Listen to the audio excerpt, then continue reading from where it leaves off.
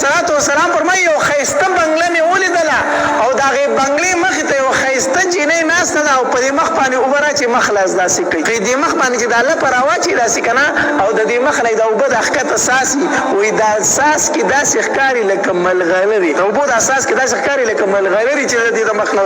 دوړېږي ورته وي ما د جبريل علیه الصلوۃ والسلام نه تپوس وکړو جبریله دا بنګله د چا ده او دا ښځه څوک ده وی جبريل علیه الصلوۃ والسلام راته وفرمایل چې د الله پاک پیغمبر په خپله ترې تپوس وکړه په خپله دې تپوس وکړه چې ته څوک یې ما ترې تپوس وکړو چې دا بنګله د چا ده ما ته وی چې دا ستا د یو امتي هغه تور بلال حبشي چې یادېږي دا د هغه ده دا د هغې تور بلال بنګله ده وی ما ورته وی چې ته څوک یې زه د هغه چنغلی یم او د هغه په انتظار کې شپې سبا کوم دلته هغه ته انتظار کوم چې نبي علیه الصلوۃ والسلام راغی که نه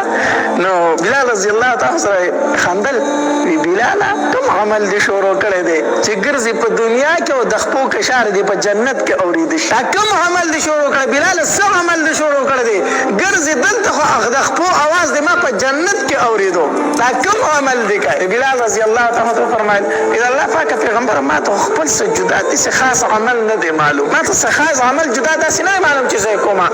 یو عادت مې شته دی وی کوم وی چې کله اودس وکړم نو په اودس پسې 2 رکعاته نفل ضرور کوم چې هغې ته تحیة الوضو ویلی شي چې کله هم اودس وکړم نو په اودس پسې 2 رکعاته نفل ضرور کوم دې ته تحیة الوضو ویلی شي نبي علیه الصلوۃ والسلام ورته وفرمایل وی بلال